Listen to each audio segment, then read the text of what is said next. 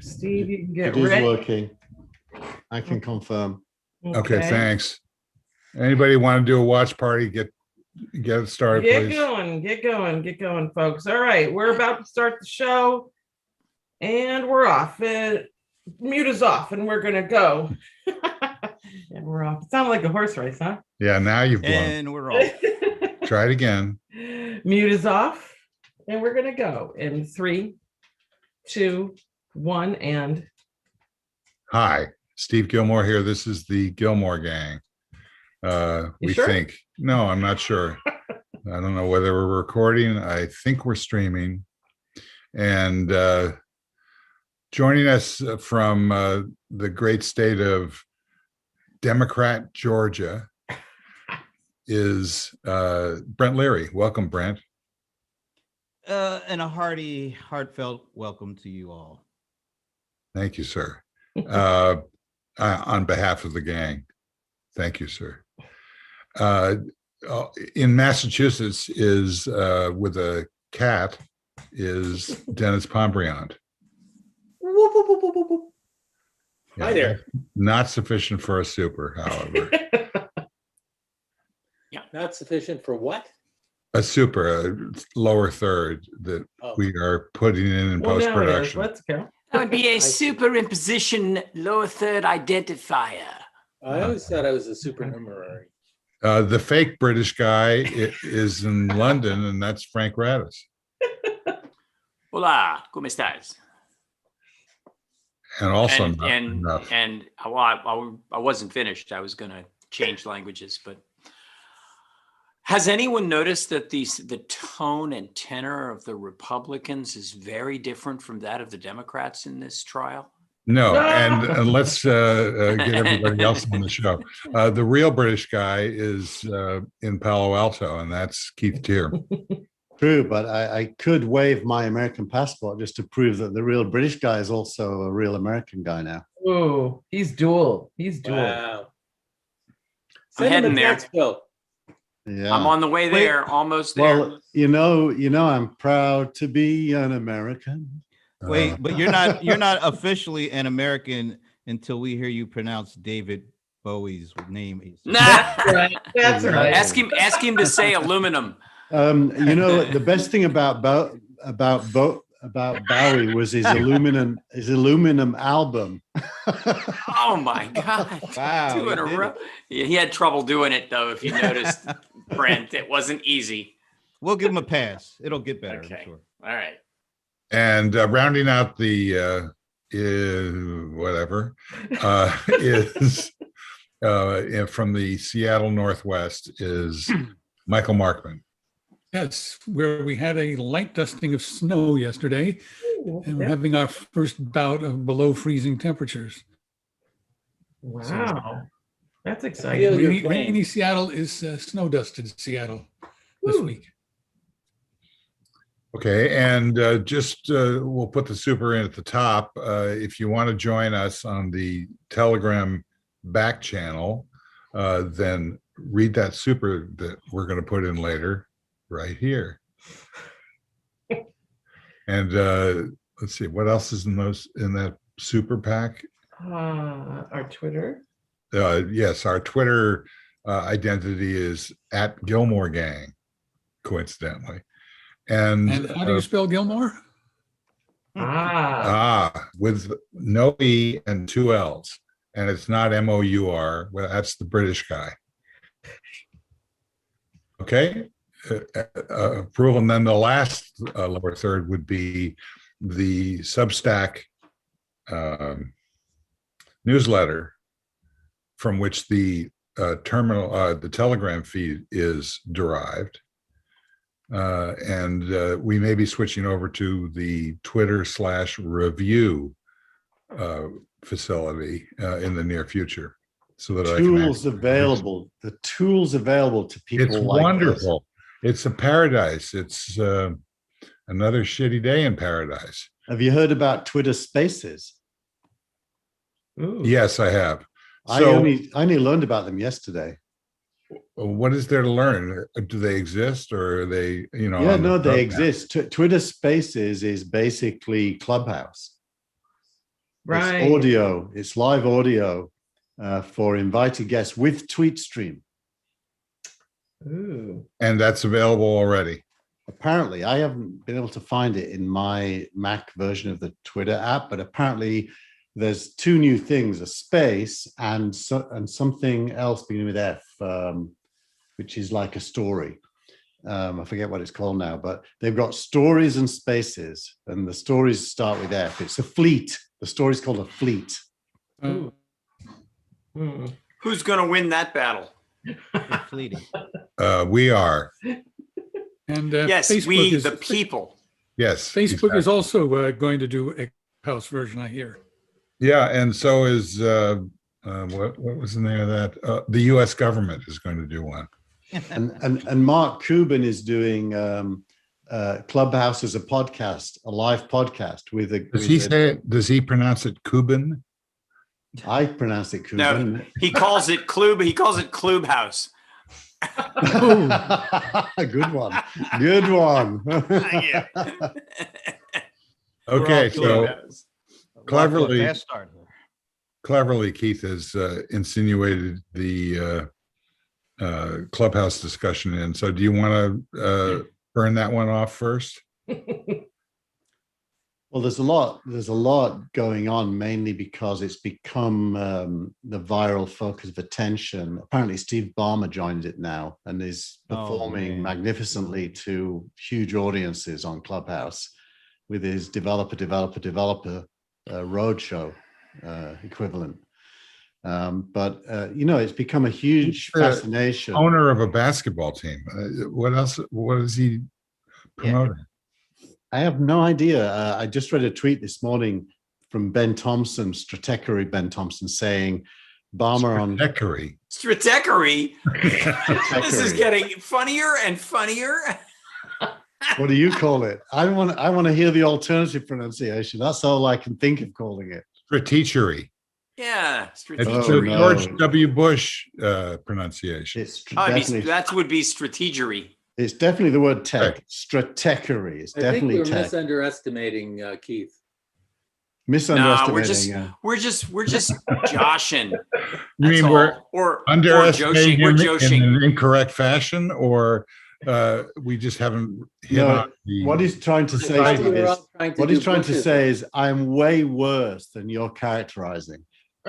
We're joshing. That's all. It's a Bushism. I'll accept that. It's a Bushism.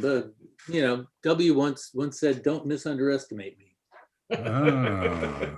Anyway, I thought Clubhouse. Yogi Berra said that. No, it was actually Ringo Starr. That must have been, yeah, Ringo.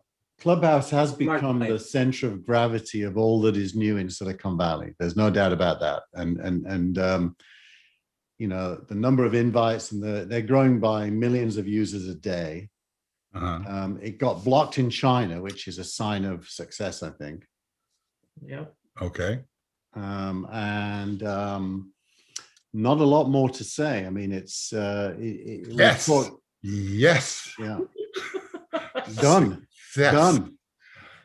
Can we get a success lower third? Oh, I like this comment. The guy says, "I'd like to have one Clubhouse sandwich, please." I like that too. Okay, so what about the universal block phenomenon that you put on your newsletter? Oh yeah. Well, that was a mini. Here's the job. controversy. Here's the job. Please explain how that works so that we don't have to go read it. So, so firstly, like most social networks, Clubhouse has blocking. Mark Andreessen, who is one of the main investors in Clubhouse, has blocked pretty much everyone he knows to be a journalist. And that's fine. But it turns out that the way the block works is when there's an event, and there was Elon Musk did an event with 5,000 attendees. As soon as Andreessen took the stage and was given the microphone, his block was acted on. And thousands of journalists who were allowed to listen to What does Musk, that mean? His block was acted on. well, basically, thousands of journalists who were in the room were immediately cut off because Andreessen was now speaking, not Musk. So the meeting experience, if you were on his block list, was that you were fine until he spoke, in which case you were kicked out of the room. So if he said he started to speak, everybody As was soon as blocked? he had a live microphone, And then when he didn't have the live microphone, they were back in. so it's just That's so confusing. Jeez. Michael Markman, do you understand this? I do. I'm amused by it. It's what engineers do to you. I think it's a droll, unexpected consequence of a feature design. And what is the feature design? Well, the feature design, is blocking. if you block people, when the way this works is only one person can speak at a time, and whatever preferences apply to that person apply to everyone in the room. So if you have blocked people who are in the room, they can't hear you speak. They're out. But my And when you experience get on the phone, they Clubhouse come is back in. That would be my a cool experience thing to on- do against the filibuster. Nice try. Thank We'll be here all week, evidently. Yeah. So my experience with Clubhouse, limited as it might be, is that when the people who are speaking, it's not about real time. I mean, I hear people overlapping and talking simultaneously. How does that affect the block? You can have multiple live mics on the stage. So they have this concept of the stage. You can have multiple live mics. So it can be conversational like we are. And basically, if anyone with a live mic is blocking you, you're blocked. And so in other words, that person has to leave quietly or loudly? No, they're kicked out. No, I'm not talking about the listeners. I'm talking about the people on the stage. In order for the block to be removed, they have to physically do something. They have to turn off their live mic. But the moderator can turn microphones on and off. Why don't they just mute people? Yeah, what about muting people? Muting doesn't work. The listeners can't mute people. So it's either you're speaking or you're not.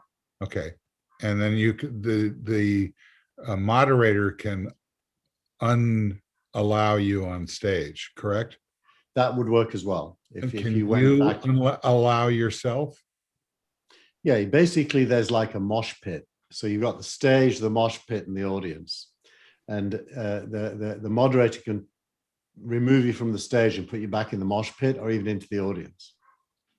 And what is a mosh pit? I mean, I know what it is in real life. It's the digital equivalent of the real life version. It's a middle place in front of the stage, but not on the stage, and not in the audience. It's in the middle. It's like the holding. What are your privileges in the mosh pit that you don't have in the audience? You can be selected to speak, basically. You get one phone call. But the audience can be selected to speak as well. Actually, I've got a feeling it might be a visual representation. So I think my view of a mosh pit and yours would be different, because I think it's basically who follows you goes into this mosh pit. I think so. I think it's people in your orbit. Yeah, I think that's what it is. Either people you follow you. Yeah. Okay.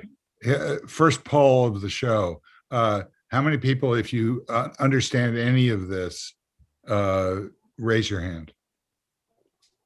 I'm still waiting for the show to start. You mean? No. All right, I'll ask you, Brent. Was this explanation effective in having you understand the block problem on Clubhouse? Oh, not on Clubhouse, but I was just thinking of all the different block problems, like in my neighborhood and blockchain and things like that. But kind of everyone's a comedian. Everyone. No, everybody wants to be a comedian. Nobody's funny. That's Except for Brent. Information. Brent, that was funny. That was funny, Brent.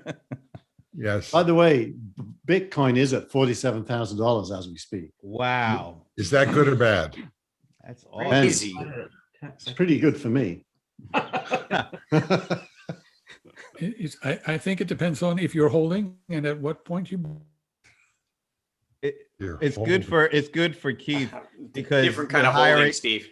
the higher it goes up, the more we'll all start saying Bowie instead of Bowie because Yeah, there you go. Okay, well, now you're back in the comedian phase. Dinner's on. Yes. Okay. I'm done. You had a poll. You were It's going to a do a wrap. poll. Yeah, what was the poll? We Weren't haven't. you going to do a poll or a Yeah. survey or? I just of did. those? You all, the people that raised their hand that understood it. I think there were 3 out of 6. Oh, well, I think I sort of raised my hand. No, you did. Yeah. Well, You're one of the three. typical. Did you count me as one of the 3, or did you count me as like a half? Well, One of the 3. I got it. I understood it, and I've actually I haven't experienced it on Clubhouse though. I've done Clubhouse I've clubhoused a couple of times. That's right. It's a verb you. now. It's club. I've clubhoused a couple of times, and I find it interesting. I haven't gotten really sucked in yet, which is funny because with the very few things that there are to actually do around here, it would be great. Now, but for me, obviously, the time issue is a real problem. Because lots of clubhousing starts when I am it's over when I'm just about waking up, or it's starting after I've already gone to sleep. So it's really weird. So there's a handful of them. So we're actually trying to put together Americans who live in the UK clubhouse. So that might be interesting and fun. Plus, we're also doing a taxes for expats one. So that's kind of an interesting one too. So you're kind of blocking by country. Is that on? No, not yet. We're talking about it on another in another forum, and we're also talking about it online. Funny enough, we're talking about it, on Twitter, and which means maybe we'll use the new Twitter version of Clubhouse when we do this.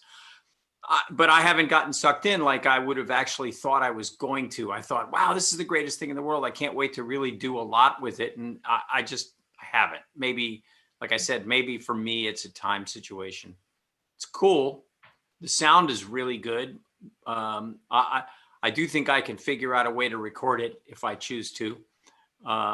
Doesn't seem like it would be too difficult, but I don't even see a reason to want to do that. What am I going to do with that? Record it and then put it out and let the Republicans decide it's not true?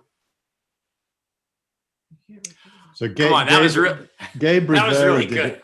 Gabe Rivera just did a great tweet. He said, every night here, people tweet that there's something amazing happening right now on you know what. And then when I reluctantly go and check out the room, it's really boring and I leave a minute later.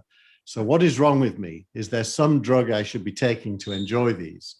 And I replied, the drug is produced organically when your sense of self-importance exceeds your sense of self. Oh my God, that's great. I would put that on the top of the locker room door. I like that. That's good. Yeah. Can I bring something up though?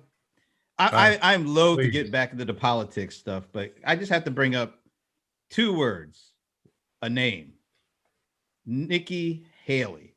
Yeah. Oh my God, really? That interview was amazing. Crazy.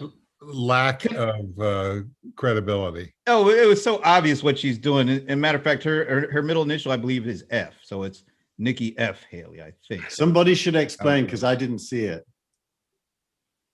So, okay, yeah. Michael, take it away. In a word, she's trying to reclaim her independence from Trump. She became a Trump sycophant and booster until yesterday. And she said, we probably shouldn't have followed this guy. Wow. Really? Yeah. Amazing. Wow. But why follow her is my question. Yeah, right. Well, I think she's trying to say, follow me Judge because her. I'm not following Trump. She's going after the other group of Trump haters. But I don't think, honestly, I don't think that helps her one way or the other. I I think it's too the Trump late. haters aren't going to want her, and the Trump lovers aren't going to want her. She's just kind of done herself in, I think. I think you're right. I think she's poisoned her standing in both camps. She's basically trying to be clear. It was clear that she had presidential ambitions when she was governor and when she was appointed to as U.S. ambassador. And she originally tried to project a little bit of independence from Trump, but his gravitational pull is, and he pulled her tightly into his orbit. And well, he pulled her back there. into his orbit. She was out, then she was in. Yeah, and now she's trying to get out again. So I don't, her presidential ambitions are probably still intact, but her standing is not. Terrible. That's why she's doing it now. She's got a few years to have everything be forgotten, and in a few years she'll look like an early adopter of the non-Trump future. That's all calculated. It's basically Mercedes-Benz. We probably shouldn't have built tanks for that guy.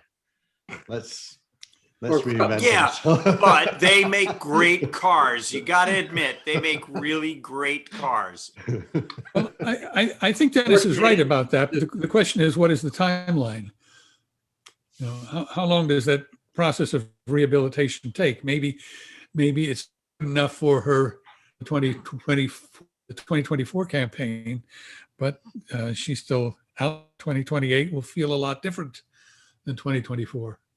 Well, she's going to be, if she's serious in 24, she's going to be out in 22, picking up some chits for people that she speaks for, running for Congress and for the Senate. And so the real test is 22. It's a soft test, but she's got to get ready for it. Well, maybe Trump tries to do something like primary out her. Trump's gonna be wearing an ankle bracelet. Don't worry. Your mouth to God's ear. I said earlier when we were just getting started, I had listened to maybe 10 minutes of the defense. And I don't know if any of you have spent any time at all listening to any of the defense, but the tone is decidedly different. And what I was listening to and found kind of interesting was the defense that was that it was, First Amendment protected. And then the fact that they started using all of these very old Democrat quotes and sound bites on tape. So they are starting to use their editing equipment, saying things like this election was rigged and you can't impeach Bill Clinton. And it was the whole idea of using all of that. It's sort of the whataboutism kind of defense. It was really so stark. And, you're sitting and listening to it after hearing 3 days of what I thought was pretty amazing lawyering on the part of the House. That they did, I thought, a really great job. Then listening to the defense and knowing that it's going to turn out the way it's going to turn out is just so depressing. I'm sorry. Well, honestly, it's not a defense. It's a permission slip. It's simply giving 34 senators the permission to vote the way that the Republican Party wants them to vote, and because of that, they could almost say anything. This is like a high school clique. Yeah, I call it a fig leaf, not a defense. Yeah. It's not covering up very much, is it?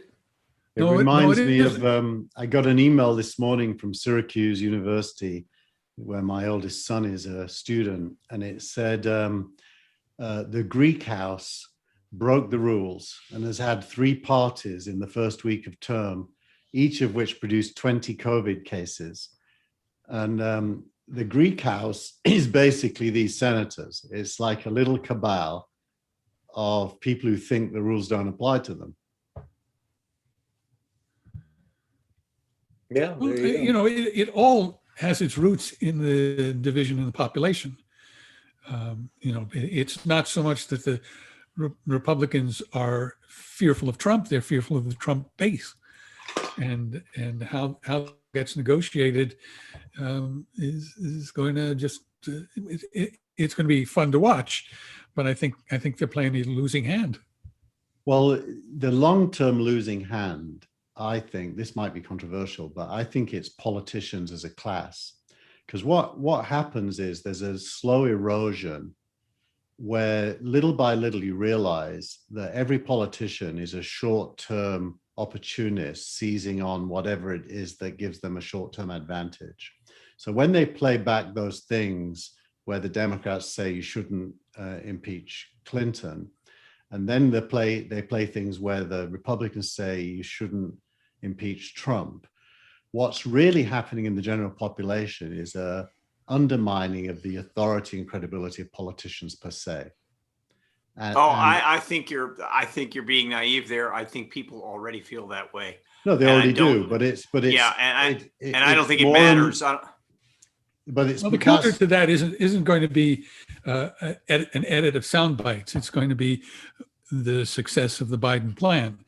If he can actually pass it and it has an impact, it's not a question about what people think of politicians. It's a question of what people think about government. It's always been a Republican program to demean government. You know, Reagan said that I'm from the federal government and I'm here to help is the worst thing. The biggest lie.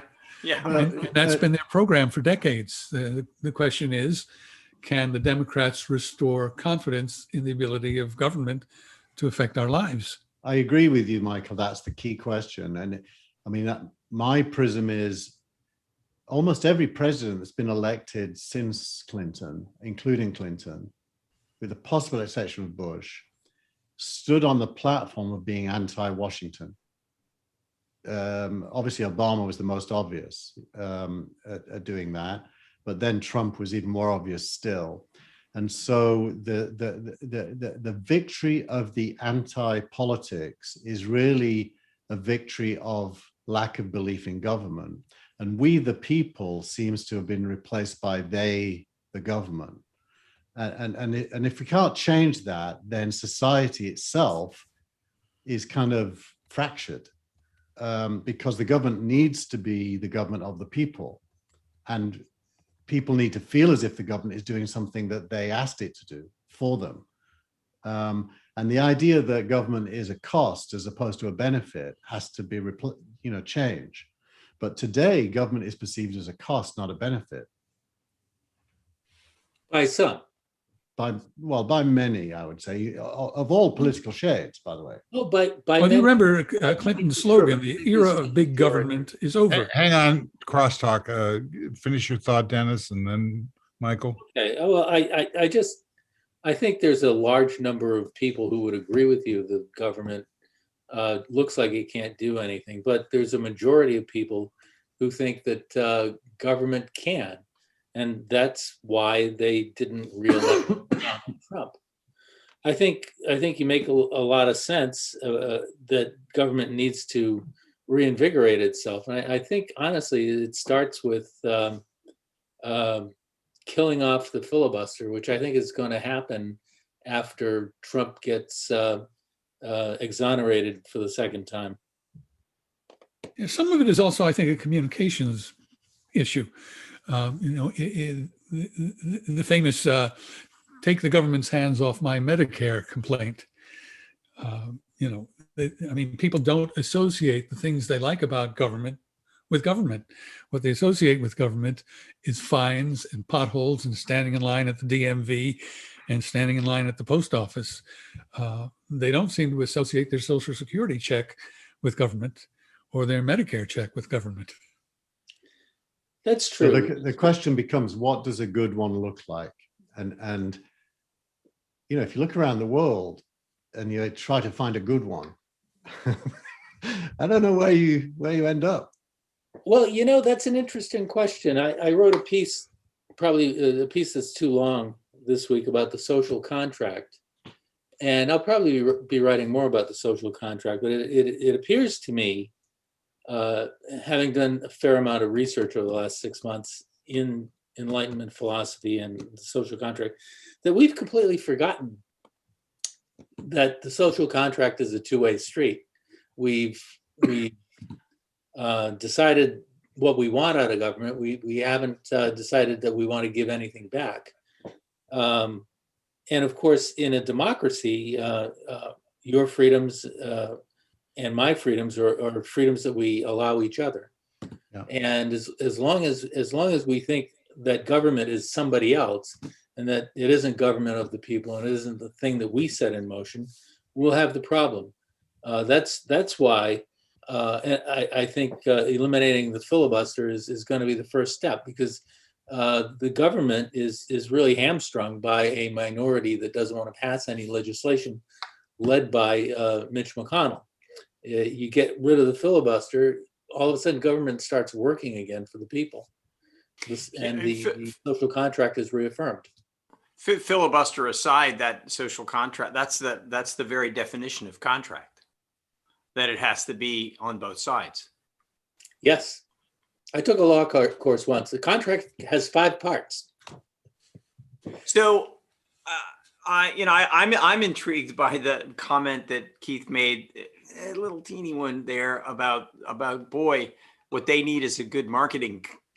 They need good marketing. They haven't got good marketing. How would you go about marketing the government to make it more palatable to the majority? Oh, that's easy.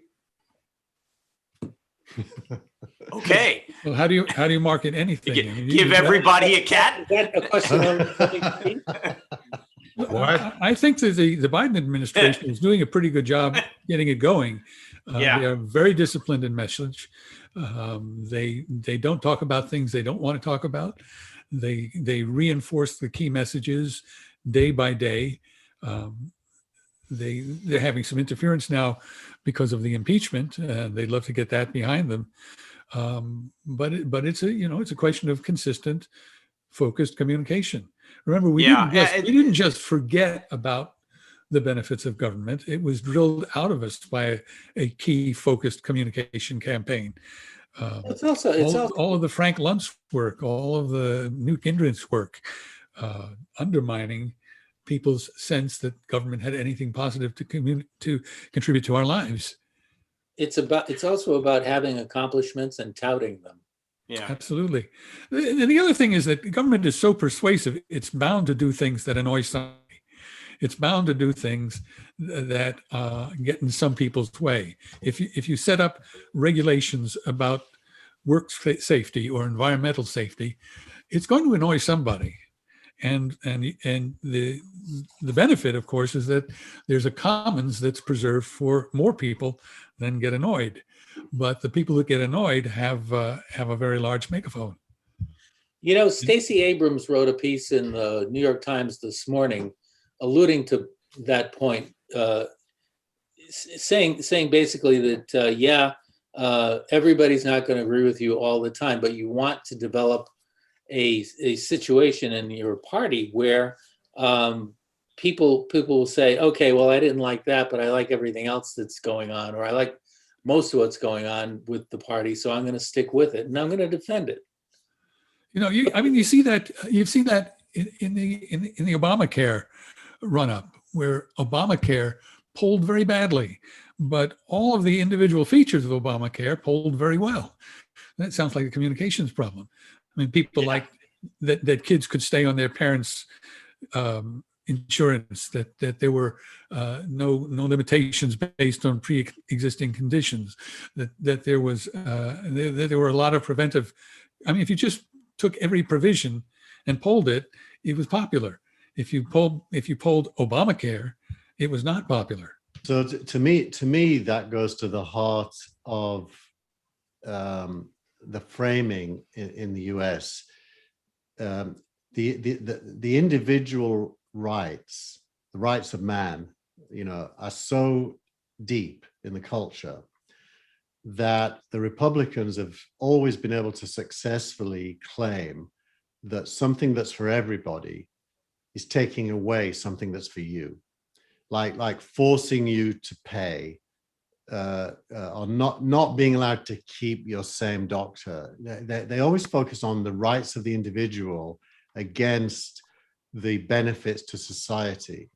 And if there are enough Americans who feel their individual rights are somehow undermined by society, and that kind of always gets, I don't know whether it's 30%, but it's some number of people that strongly don't understand how individual rights are granted through collective progress. Like, you know, when you flush your toilet and it's clean, that's because, you know, 10,000 people have built sewage systems and water transport and so on. And it's not your individual right to flush your toilet. That's the benefit of society. And that benefit of society doesn't seem to hold strength when compared to the rights of the individual. Well, Keith, I think to take your point further, it seems to me that the GOP has always focused on liberty, whereas the Democrats have focused on freedom, and there's a big difference between the two. Liberty is something that you're born with, and it's sort of the absence of someone telling you what to think. A freedom is very specific to the social contract and what you're granted to each other. So the case can be made that that the GOP has never really been on board with democracy or with the social contract. As far as they're concerned, 40 acres and a mule, and don't talk to your neighbors. Well, there's another factor as well. There are a lot of people who can gather adherence and funding and prestige within their local community by opposing collective rights and championing individual rights. Ammon Bundy is an example. He's currently started a movement to oppose any kind of restrictions to people to prevent transmission of COVID. You know, he's got a lot of adherence, and he's pretty savvy in terms of using social media and on demand to get flash mobs going to protest anyone who is, for instance, being quarantined and doesn't want to be quarantined, or any place where there are mask restrictions. So it's not just a general feeling. They're actually operatives working and gaining prestige and followers by advocating for that.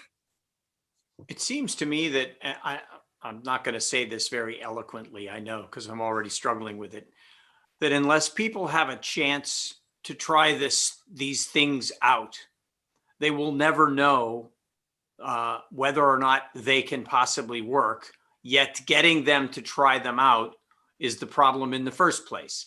I was thinking specifically of how the NHS works. I personally have a doctor of my choice at my GP office, and inside the NHS, I feel perfectly happy with the doctor that I have and can go to and can call up and see as much as I want. But I also have the support of this entire organization, all the hospitals, all the support, from prescriptions to nobody cares whether or not I've got a back problem, if I got to get a pre-existing condition, if I've got to go get something done. And I will tell you that for a while I had bought private insurance and actually found that they wouldn't cover a couple of things that the NHS did cover. So I eventually unloaded my 600 pound a month private insurance because I didn't need it.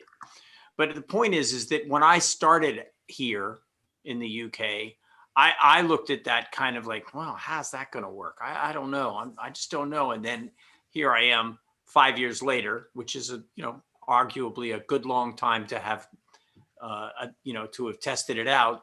And I'm very happy with it. I guess my point is that Americans will never know what's good for them until they try it. Well, society is a permanent exercise in trying. I mean, for me, the word society is different than the word communism, but for a lot of people, it's the same. Society is communism. It's imposed on you, as opposed to built by you. So it feels to me as if reinventing the meaning of words like civilization and society, and freedom for that matter. Liberty is, to me, part of freedom. So I would even try to encapsulate that. That is the project of government and governors, to reinvent themselves. If they can't make those things popular and understood from the point of view of why they benefit you, the individual, then they fail right there. Well, I think it's the project of everyone, though. It's not just government. It's the project of the schools. It's the project of individuals to have an opinion that's based in fact, and to read a paper or a magazine or watch an unbiased news source to understand what's going on in the world. Do you think that the citizen has a responsibility? Yeah. But do you think that the education system in America, I don't even want to say, do you think the education system in America it's broken? And if I were, say, going to, I don't know, Georgetown Prep in Washington, D.C. versus going to an inner city high school, and not having the right books in the inner city high school, not being taught civics, not being taught the things that probably all of us here were taught 30, 40, 50 years ago, that's a problem. It's not just a matter of, let's make sure that there's an in-house advertising agency for the American government, but that there are things that teach people how the American government should work. And that at a very early age would be really important to have, to instill in everybody, so that as they grew and became citizens of the country, they would have a better understanding of how these things work, and therefore might accept these things. Well, I think there are two dimensions of the problem. One is a question of equity. There's no question that there are public schools that are richer than others and are able to do more than others. That's one issue. But then there's also the problem of ideology. We have public school boards that insist on a distorted teaching of science, a distorted teaching of history, and a distorted teaching of civics. So you can have civics and you can have science and you can have history courses, but they teach it wrong. Yeah. Well, yeah, exactly. Well, 2018, a lot of people agreed with you, and we saw more people running for things like local school boards, especially women, running for those local offices where you can make a big difference just by selecting the right textbooks. So I think we're in the early stages of a kind of renaissance. I hope so. I hope you're right. I tentatively agree with you, Dennis.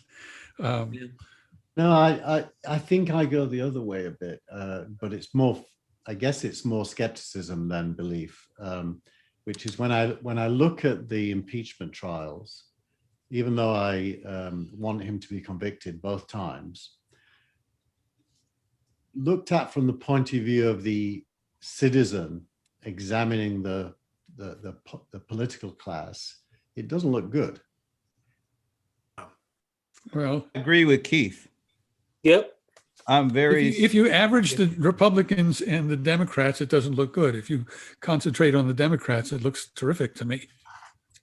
Well, you got to look at the whole picture. I mean, yeah, Trump lost, but 71 million people voted for him, and the way this country is set up, a minority strategically positioned geographically in the right way can hold 80% of the power.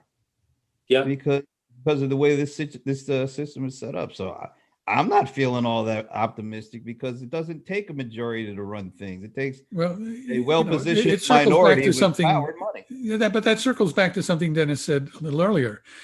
We have to end the filibuster. Not only that. But are we going to end the filibuster? I doubt it. I'm not thinking it's going to end. Let me just add one thing to the whole impeachment thing.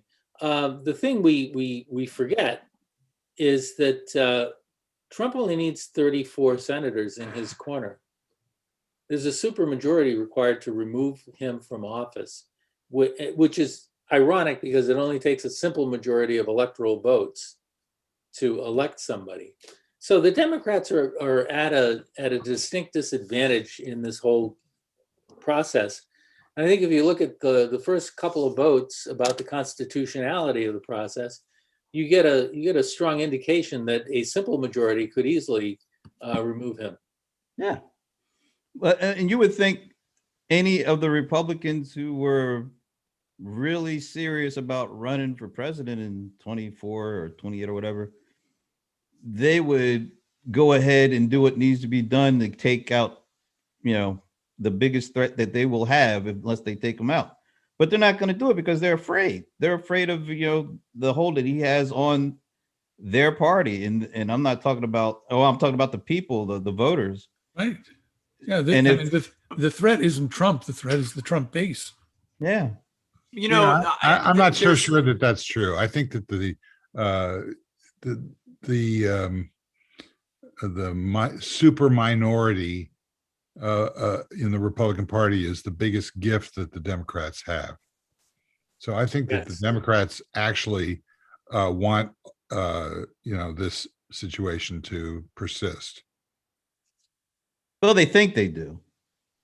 Well, we'll see. What's the difference? If they think they do and they're capable of doing it, then what's the difference? Well, they thought that they wanted Trump to win the nomination in 2016 because what would the country actually, make this clown the president? So we want of the 17 people that were running for the Republican nominee, everybody's like, oh yeah, Trump, go ahead, Trump. And then he won. And then all the smarties outsmarted themselves. So are we still dealing with the same kind of mentality, this same kind of thought process? I think we are.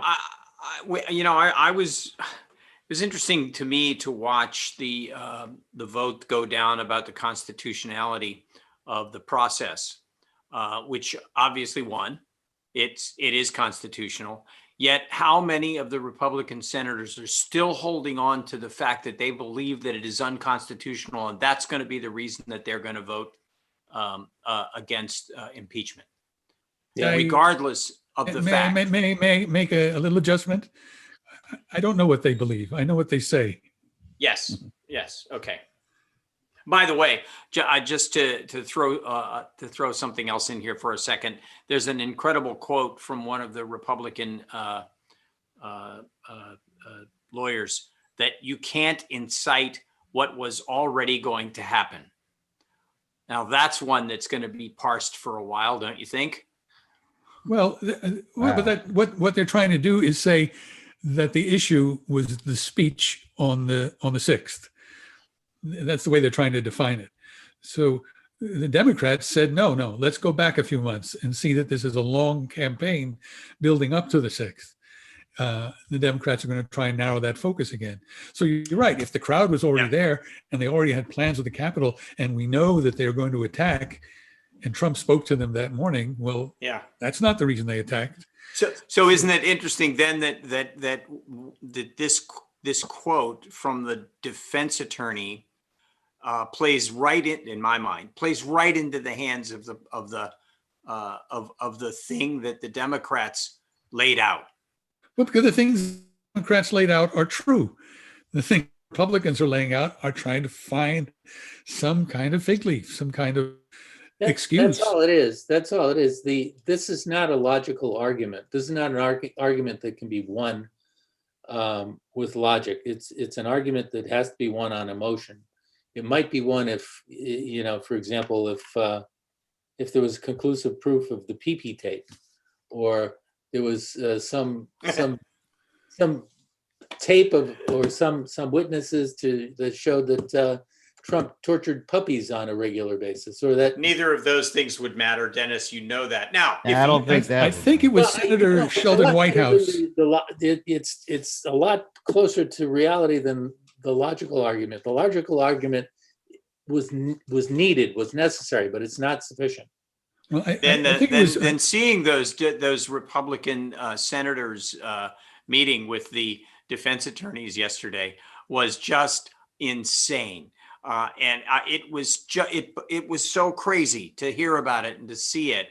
and then to not, except for Morning Joe, I was waiting for this to blow up, and obviously it wasn't going to blow up because it's not really a trial.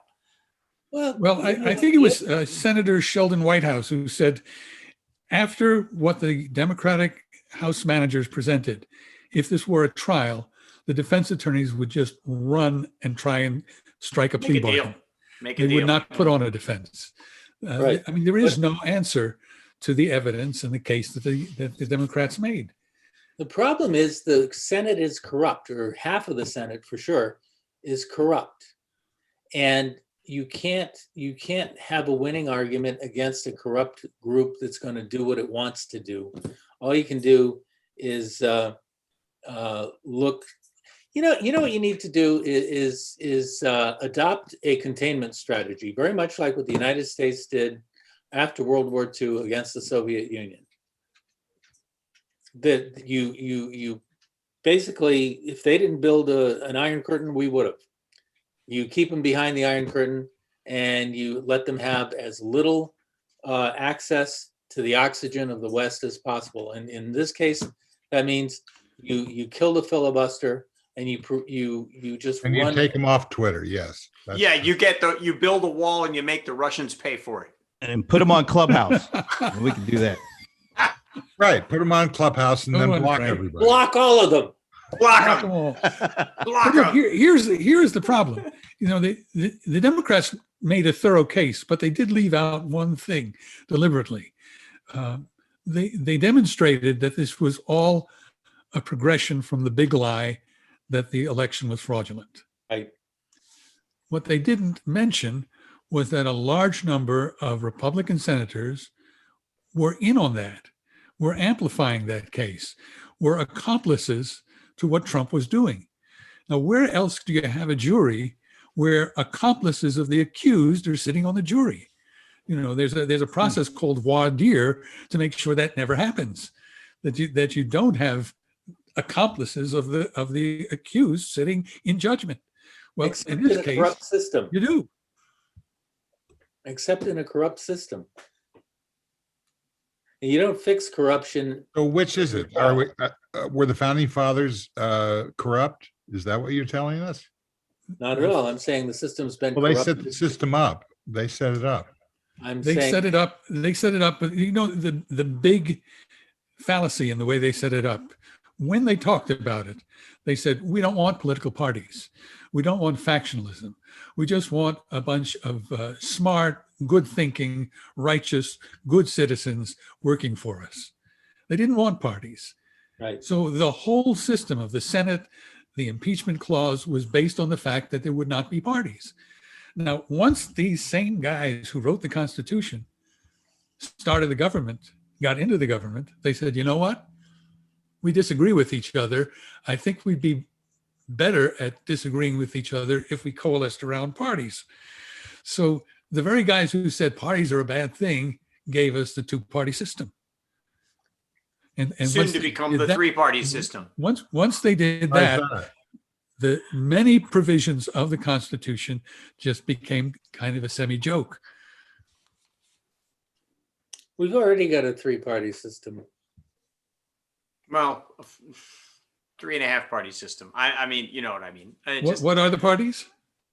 Well, I think the independents function as a witless party, a party that doesn't want to participate. So every major election, every national election has 40% left, 40% right, and 20% in the middle that they fight over.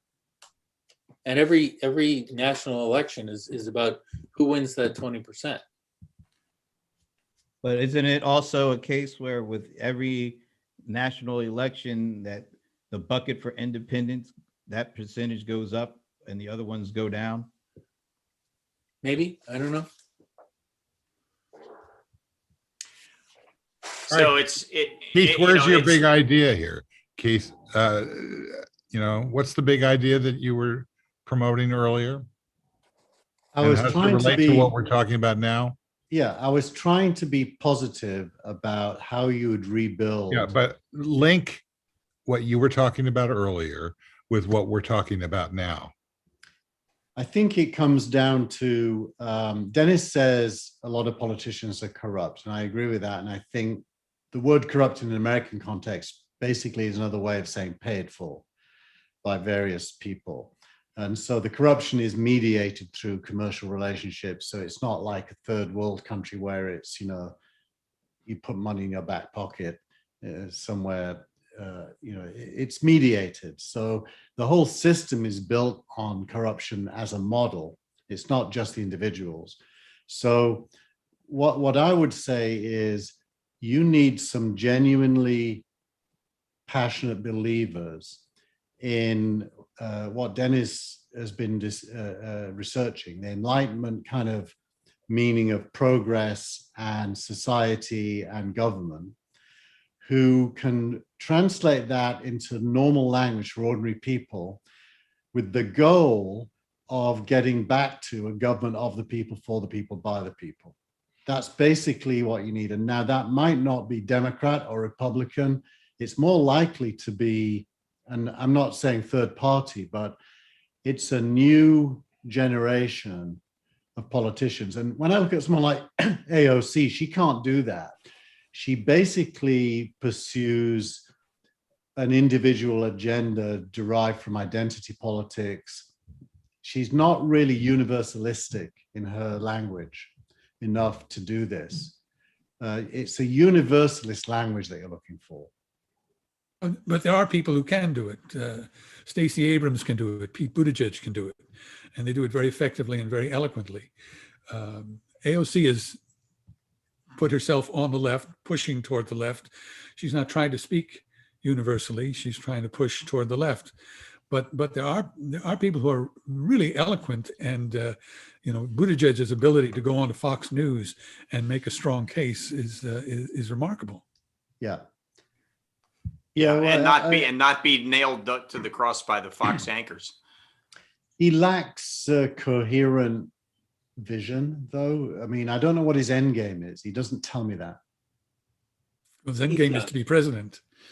Yeah, but that's too personal. What's our end game? All of our end game, you know. Well, we like him. Yeah.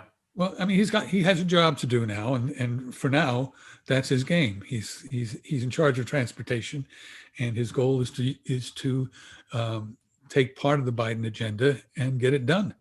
I like him as well, by the way. So I'm not really trying to poke holes in him. I'm just saying there's a missing gravitas. He's very effective, efficient, young, straight speaking, but he's quite short term. You know, what is it we're believing in here is the missing bit for me. Well, I don't think you can evaluate Buttigieg until you see how he performs as Secretary of Transportation. Then our impression of him will be very different. You know, he'll either have proved himself to be a lightweight, or he'll have proved himself to be a player. You know, right now he's just a spokesperson. Yeah, but the chances are that he's going to surmount the reduced expectations that people have of him. That's what he's done so far. Every time we think, yeah, he continues to be intelligent, which but this all goes back. Like This goes back to the second reconciliation bill that Biden will put through, which has to do with rebuilding the economy. But then it all falls back on the defeat of the filibuster. But I think most of the money that Buttigieg will need to accomplish something will come through on the second reconciliation bill. Okay, so what we've heard about the end of the filibuster, we can think of lots of reasons why that would be a good thing. We can think of lots of reasons why it wouldn't be a good thing. But the real question is whether it's going to happen. And I don't hear any path to it happening. Well, what I'm saying is that Buttigieg doesn't need the end of the filibuster. There No, I will heard be that. two I heard that. reconciliation bills, and he's going to benefit from one of them. He will be continuing to be successful, is my opinion. My question is, how do we get past the second reconciliation bill, which the main feature of that is it's the last reconciliation bill for at least another year, which leads to the 22 election and the possibility that, that the House flips, in which case none of this is going to happen. So how do you get to the end of the filibuster? Practically speaking. Next month. You do it really soon after this impeachment is over, while tempers are hot, while people understand the value of sequestering or putting a wall around the Republicans. You got to do it soon, and you can do it over. If you can't get reconciliation the way you want, you do it over that. If you want to launch an infrastructure bill and do it over that, fine, but it's got to be done soon. I agree with that. How does it happen? Is it a simple majority that votes? How does it happen? Specifically, it's a simple majority. But what it means is there are a few Democrats. I couldn't hear either of you. The last thing that you said, Dennis, can you say the sentence that you said, and then Michael? The Senate has rules for how it proceeds and all kinds of things. If you watch the impeachment, you're hearing people talk about Rule 47, and people know what that means. It's like inside baseball. But there's a rule about not about the filibuster, I don't think. There's a rule about cloture, which is cutting off debate. And it would be a matter of the Senate voting in a simple majority, I believe, to reduce or eliminate the cloture requirement. And okay, all right, that was the sentence. So Michael, go ahead. What that means is that you need all 50 Democrats to agree, plus the vice president. And right now there are 2, possibly 3 Democrats who say they don't favor the filibuster. So ending the filibuster depends on. They don't favor ending the filibuster. They want to preserve the filibuster. So Kristen Sinema and Joe Manchin are right now holdouts. So until they come around to ending the filibuster stays. So that's how it happens. So how would they come around? You'd ask them. What? You'd have to ask them. Everybody's got their tipping point. Manchin has indicated that he's for preserving the filibuster for now. I think Sinema's sort of in the same camp. But if the conditions were right, I'm sure they would be persuadable. But you got to wait for those conditions. Yeah. And I suspect the conditions involve holding up or preventing legislation from passing. What's the democratic origins of the filibuster? Was it ever intended to preserve rights in some way, to protect people, or was it always just a negative blocking mechanism by a minority? It was a negative blocking mechanisms begun to be implemented in the early 20th century as a way to preserve Jim Crow and prevent civil rights. Okay. Because the British system has filibuster as well. So that I'm thinking there must be some check and balance origin there, which I'm not aware of. But now, filibuster is not part of the Constitution. It's not part of anything. It's a tradition. Yeah. Unfortunately. In the House, there's a rule that limits speeches to about 5 minutes, unless there's some exceptions or people trade off time. In the Senate, there are no limits on how long you can talk. So you can keep talking. That's the origin of the filibuster. And then they set a rule that said, all right, we can vote to shut you up if you talk too long. And they set that at a very high bar. So it was very rare, only rarely would someone get up and talk to exhaustion to try and block legislation. And then Jimmy Stewart did it. From being an actual talking, wearing diapers, having water at your desk, filibuster, a talking filibuster, to being a pro forma filibuster. Sounds which like said, real life.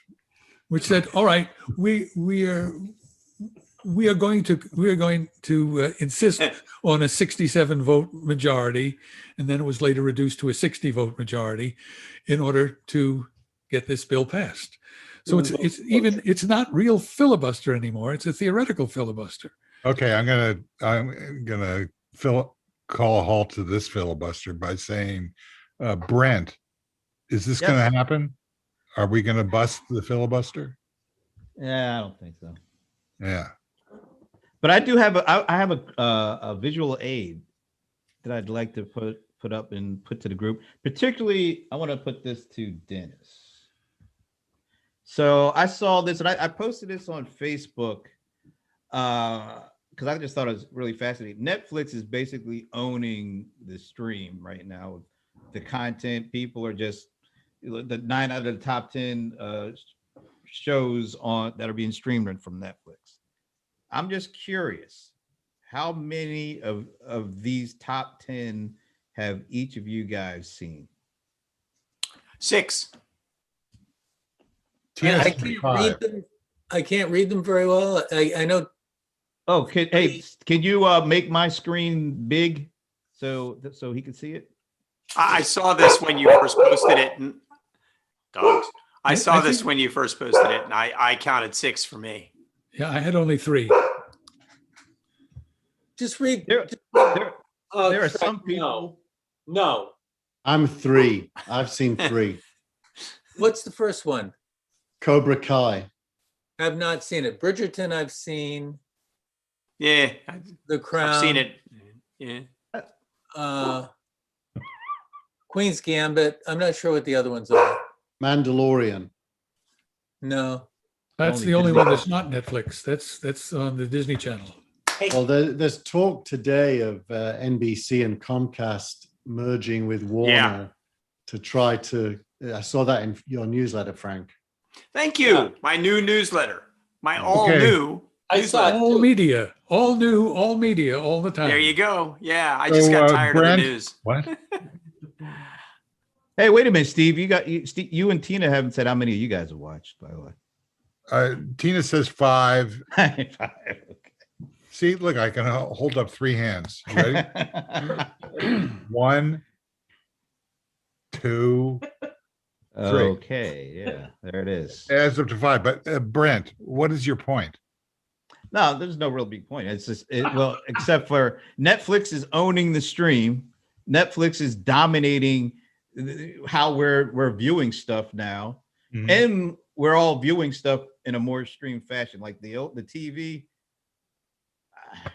So I can open all of your minds to Amazon Prime has this channel called Megahertz, MHZ, I think it's called, which within it has another sub-channel called Walter, and it's full of these Nordic detective things that I watch, which are really fantastic. Good one. There's some great stuff in there. Yeah. I'm watching one right now. We're in season 2, which is a family at a Swedish seaside resort that run a B&B, and it's all the dramas around the family and various deaths. I'm waiting to have my mind open. What is it that your point is? But if you want to be entertained, about 3/4 of that list is bullshit compared to the good stuff that's really out there, buried treasure. There's a lot of there's so much stuff on the stream. It's ridiculous. And there's just so much more coming down the pike. It's ridiculous. And you're just so right, Brent. I mean, traditional television, even then, look at the numbers of in sports these days. I mean, there's and certainly in broadcast television, those numbers are declining. Where's the power? It's in the stream. The only time I actually watch like regular TV is for live sports and kind of news. Other than that, I'm watching stuff.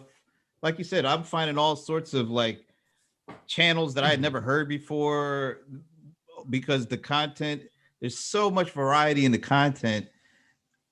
I think about 90% of my time that I'm watching something is spent not watching it on a regular TV or a regular TV channel. I don't think I might have said this last week, but I don't actually remember. So I'm going to say it again. As a Directors Guild member, I get the DVDs.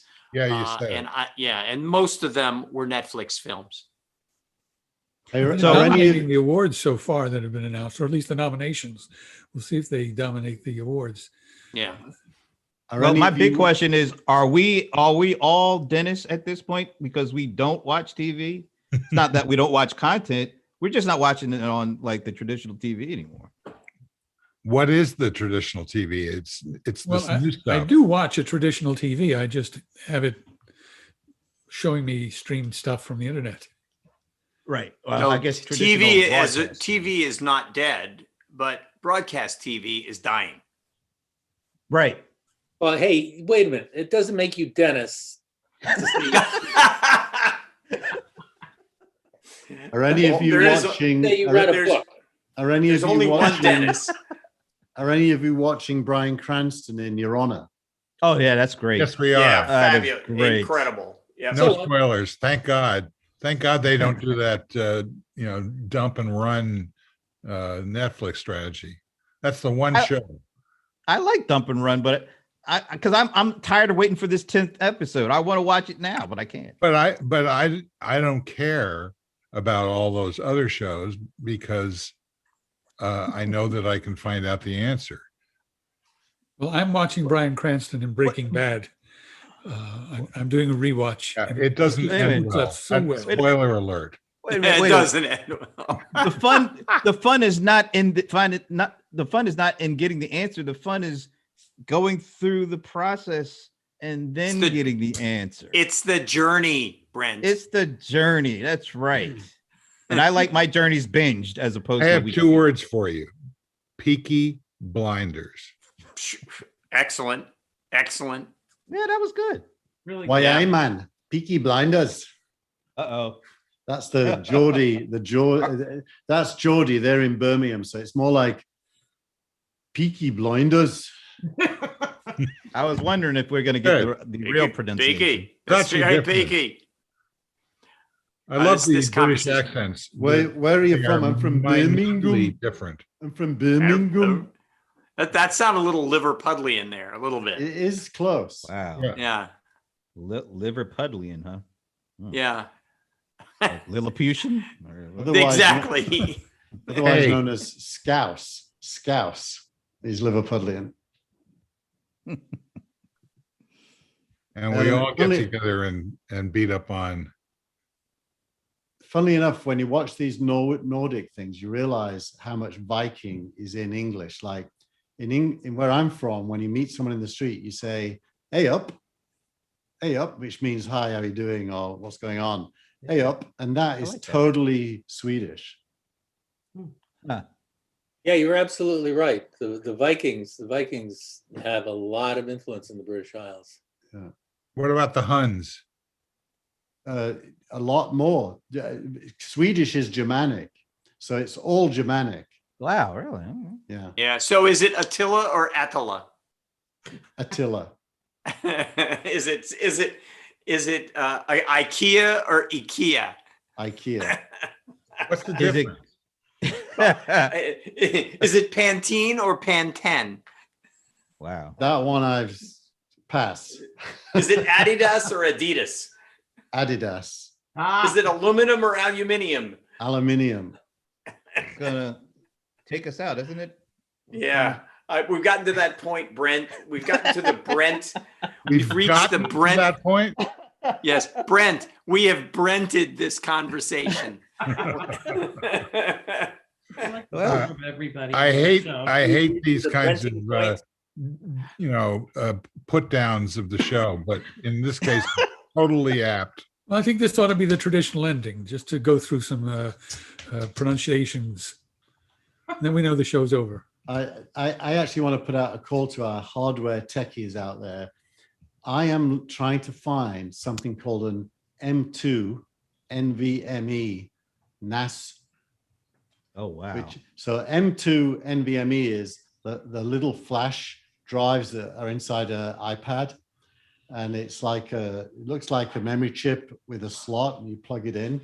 Here's one now, I'll show you one. This is a M2, that's that connector there, NVMe. And what I want is to plug 6 or more of those into a storage device with an Ethernet cable and have it be storage for the whole house. But right now you can only get that with regular hard drives, which are slow and loud. These are silent. So it looks like no one's invented it yet. And if they haven't, we should do it. So anyone there who's a hardware person. You just gave it away, babe. It's okay. People are slow to pick up on new ideas. You This just is reminiscent of the crunch board, by the way. Remember that? Well, Yeah, you know, you could do this on Clubhouse. It didn't No. work. Oh, no, you can't. Luckily, you can't record it. There you go. Yeah. just take some of that Bitcoin you have and buy somebody to do that for you. Yeah. I've only got 2 Bitcoins, but still it's better than none. Yeah, it's pretty good right now. Yeah, I'm saying that's not bad at all. Okay. Any last subjects before we go to last thoughts?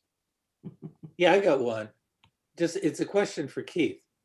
Keith, why would anybody want that device if they could just store stuff up in the cloud?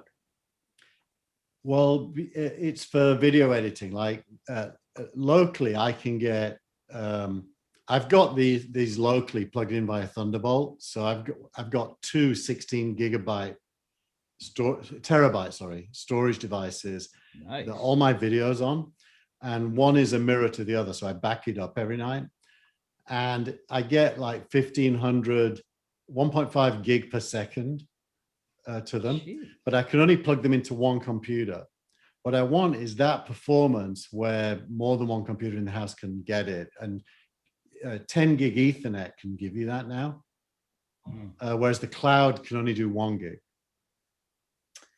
You know, There you go. Oracle just released a device this week, which would be overkill for you, but it's a box that weighs 38 pounds. It's basically internet in a box, but it's got a couple of many terabytes of storage and 40 OCPUs. If money's no object, Money's that's always probably- an object. It's probably one of those Bitcoins. It's SSID, I guess. Must be. Here's the No, thing: no moving parts. is it small enough and cheap enough that my wife won't notice? Ah, you have that too? I think Well, I'm it's sure. like $100 a month. Luckily, she's not watching. So She's just Yeah. going outside the window, but she can't hear me. I think it's $600 a month, but you might have trouble getting it. I think they're aiming at it DoD and government apps right now. So these things are, you can get a 4 terabyte one of these for $800 and a 2 terabyte one for like $200. So you basically want to just plug these in, like a lot of them, and have a networking stack on a box. I reckon you could build the whole thing for under $1,000 for using 2 terabyte ones. That anyone that does any kind of home video would pay for. Okay. Well, good luck with that. Brent, any thoughts? None whatsoever. Excellent. Michael, I've been trying to let my mind go blank. how's that going for you? What? How's that going for you? I think that was the answer. Apparently, it's very easy when I'm speaking. Oh, no. You keep me very engaged. I just don't have one of those devices available. Well, luckily, you can buy from Keith the last generation of technology. That's what he's trying to do. Oh, you is can always do that. Yeah. replace his Big Mac with This is the my Mac. old One one. Max. This is my old one that has 16 terabytes in it. It's quite big, as you can see. Wow. And here's the new one that goes inside a machine, or even smaller still. Boy, I totally get the This is problem your the wife this has is with your this is shit. now 16, this is 16 terabytes. This is only 3 terabytes, so this doesn't really, yeah. I have terabyte envy there. Yeah. I think I just screwed myself up by pulling that out. That's what she said. That's what she Oh. said. That's right. Some people just buy fishing boats. Okay, Frank, any further thoughts? Not a one. I'm still sort of stuck on this whole idea of an in-house advertising agency for the American government. But more and more I think about it, it feels like the Department of Propaganda. So it sounds a little Goebbels-like to me. Yes. yeah. No, that's what the last administration had, didn't Fox News, wasn't it? Yeah. Kayleigh McEnany. Well, that was outsourced then. Yeah, that was outsourced. That was third party. Their in-house propaganda was so inept that that it just alienated people. Almost destroyed democracy. That's how inept it was. Yeah. But one of them is running for Senate and might win. So let's keep our eye on that. Who's that? Huckabee. Yeah. No, she's Huckabee. running for governor. Governor, I'm Governor sorry. Either, governor, senator, congressman. Does America care? I don't think so. Okay. And Dennis? only when it's very specific. Like right now, I care about the senators, but when it comes to something that really affects me, I'll care about the governor, unless it's a big deal and it hits the Congress first. Then I'll care about the Congress. What? What? Yes. What? Yes. Dennis, any final thoughts? Thank you for your input. I think I'm going to devote more time to writing about the social contract. Rousseau will gladly thank you. Well, not really gladly thank you. He's dead, but you know. Rousseau's been dead a long time. So's Locke. So's Montesquieu. Hey, speaking of this, I think we should mention that the great Chick Corea passed away, and yes, honestly, that one that's. I've been talking to a lot of my musician friends about how it just feels like maybe it's because we're musicians that we're thinking about all these great musicians who have been passing away lately. Yeah, because like lots of people pass away, but it feels like that band in heaven just keeps getting better and better and better. I mean, Elliot Mazer, who was probably one of the best known great engineers / producers of our time, also recently passed away.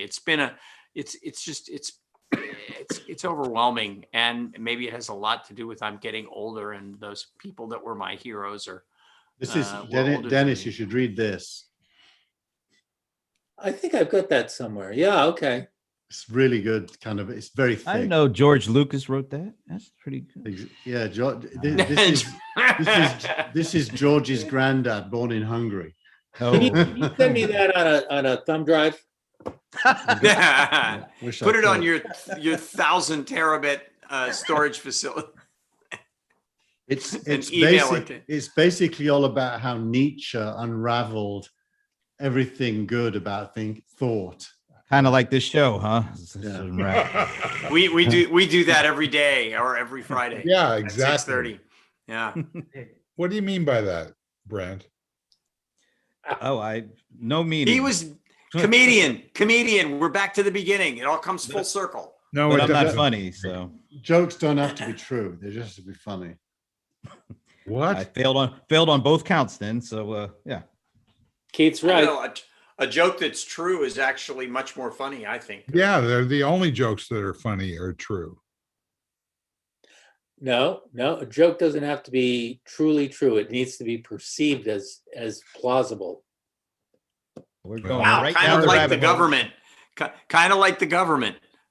What was that quote from The Godfather? Every time I think I'm out, it's leave the gun, take the cannoli. That's a good one too. Well, Okay. It's like, I'm sorry, Steve. I don't know what it is you're talking about over this. It just doesn't make much sense to me. Wow, that was actually pretty good. Thank you. Yeah. that is good. So, Years of practice on that. Frank, wrap up the Frank gang. I want to say this to all of my people out there that if you don't do it the right way, the girl dies. Dang. Ooh. Wow. Kind of dark. Kind of.